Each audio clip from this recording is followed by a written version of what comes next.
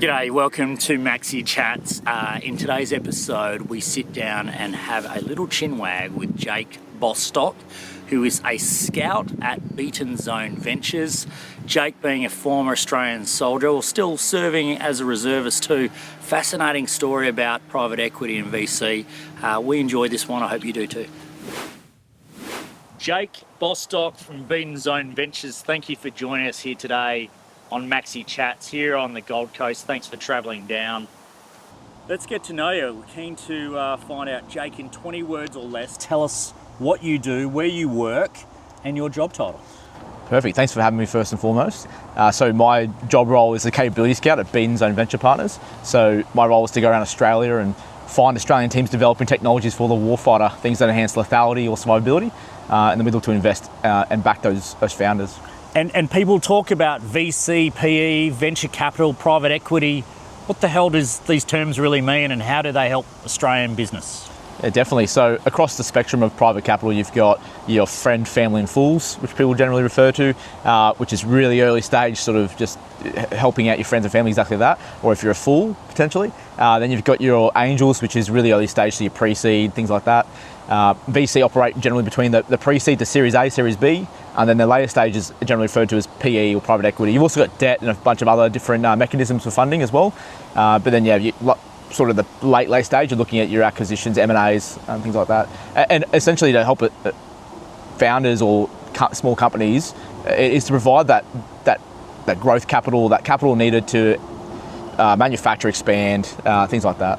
Jake, we want to get to know you today. Tell our audience one personal, one professional, and one peculiar fact about you. One personal, my partner and I welcomed a newborn baby just a month ago into the world.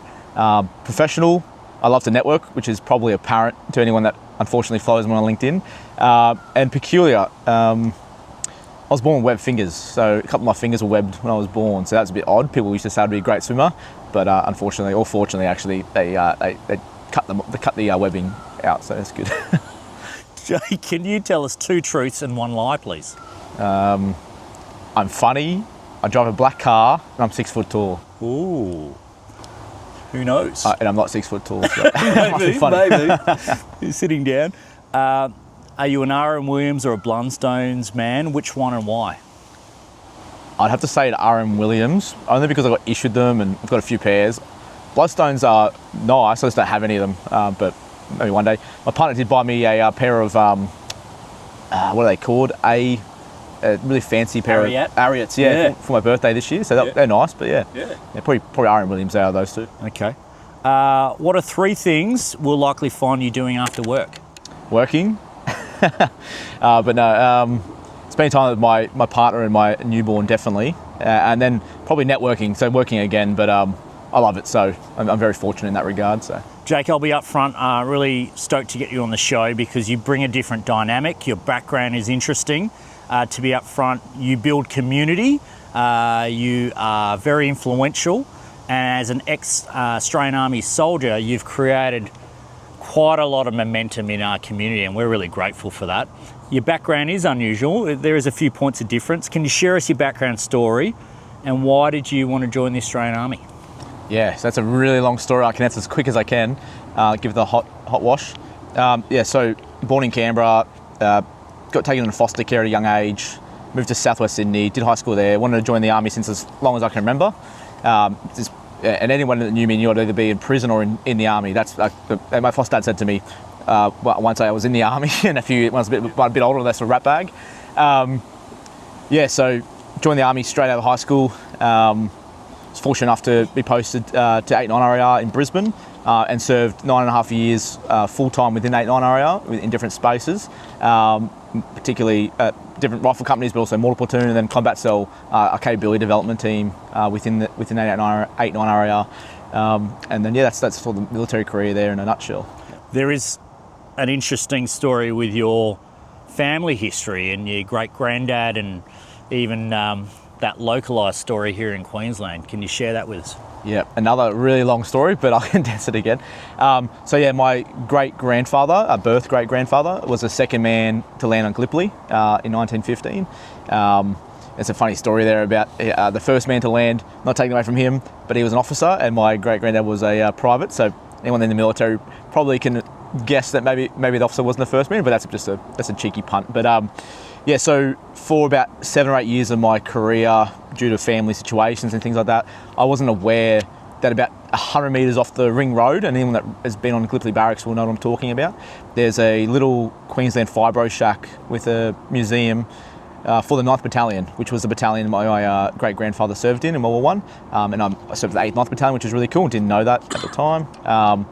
His war diary, his physical war diary from World War One, was sitting in and still is sitting in a little shelf in that museum, which is really cool. Yeah, it's a really cool little thing. And there's so many other coincidences and really cool moments that I've had in the last 3 or 4 years, finding out more about family history and things like that. Cool. Jake, why do you think it's important to get a soldier's point of view? I'm biased as a soldier, but really, essentially, our soldiers, our sailors and aviators, the warfighters, are the people that our nation expects to send and fight, and with the expectation that there will be casualties and there'll be great loss of life. So really, in my mind, they should be part of the conversation, part of the capability development. They should be integrated to actually develop technologies and technologies for themselves to serve and fight, because anyone that's watching this definitely would know the current geopolitical situation and the fact that our warfighters generally aren't in the conversation. It's really rare and takes a champion within defence, particularly in the Australian Defence Force, for that to occur. And it's a lot of it's tokenism as well, unfortunately. But there is more and more, I guess, good things happening in the space with the standing up of one armoured or re-rolling of one armoured to experimentation force, experimentation unit. Things like that are stepping in the right direction, bringing the warfighters into the conversation, into the development of those technologies. But yeah, I think bottom line up front, they're the ones that are going to be fighting for this country. They should definitely be part of the conversation. Soldiers, sailors, aviators, often not always leading businesses. I feel you've inspired a whole generation of service personnel. Do you find they reach out to you, ask for your advice, find out how you made your impact that you're creating right now? Yeah, thanks for that. That's a really nice statement. I'm not leading a business, I guess, but obviously Steve is the CEO of Beaton Zone Venture Partners. But I guess through my grenade project, the electronic grenade simulator that Jericho just dropped innovation, now the RAF sponsored and supported, and it's moving to Army with an Army sponsor. Maybe through those things, the innovation within defence. I often get defence innovators and people transitioning out of defence, which I'm even though I've transitioned out of defence full time, still serve part time, and try to do more. I don't like people leaving defence. Like I get really upset about it, to be honest with you. It sounds a bit cringy, but at the very least, if they're leaving defence, I really am passionate about keeping them in defence industry to still serve.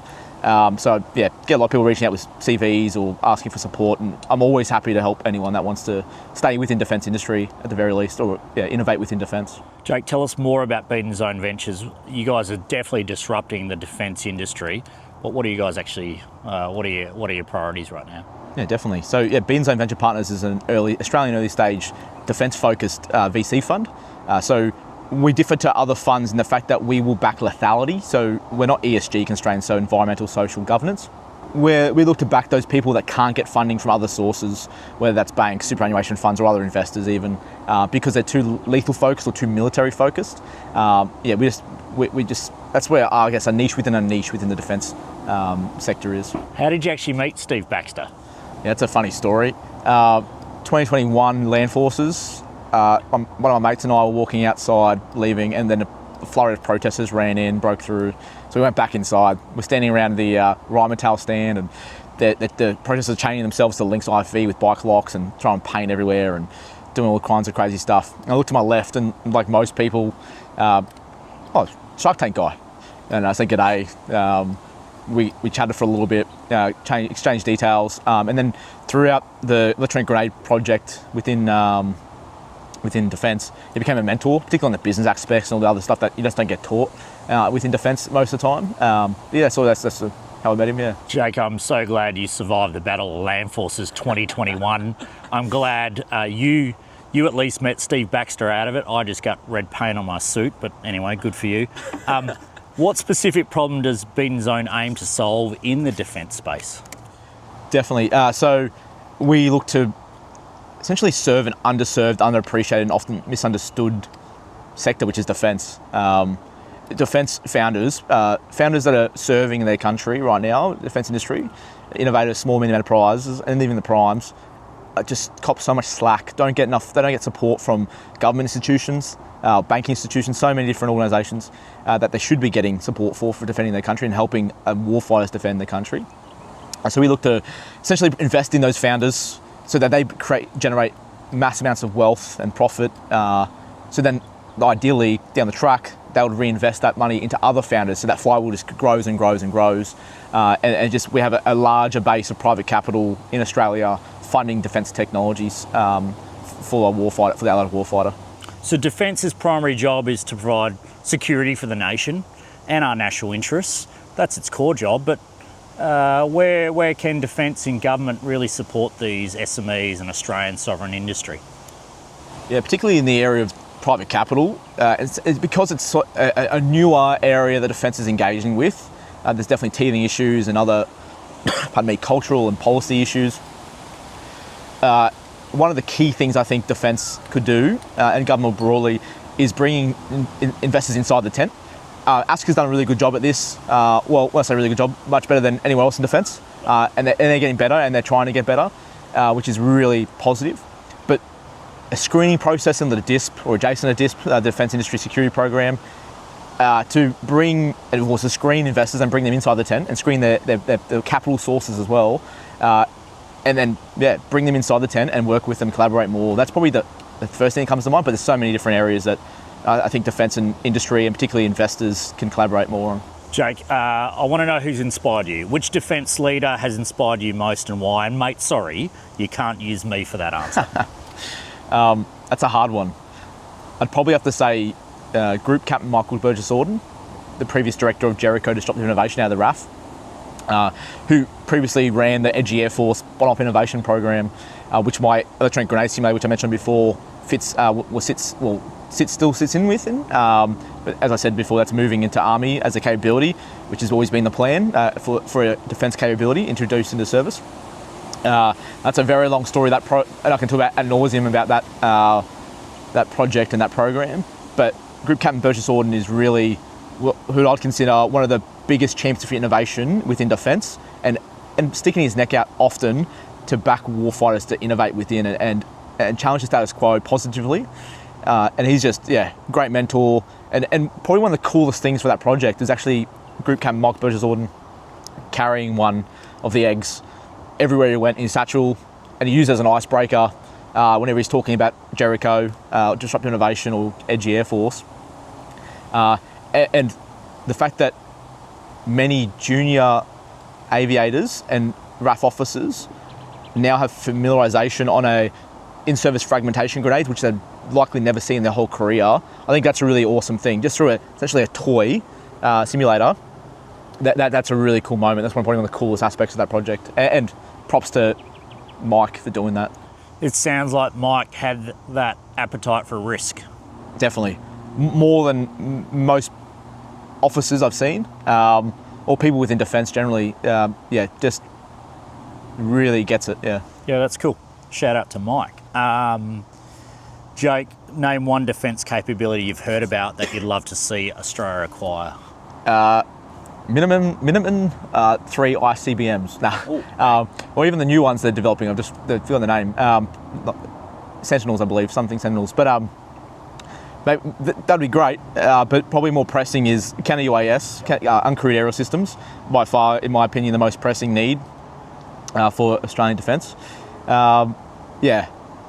Definitely that, I think, I don't want to offend you here, Jake, but is it true that defence industry folks have no sense of humour? No, I don't think that's true. A lot of defence industry are veterans, and anyone watching this will either be a veteran themselves, be serving, or know veterans.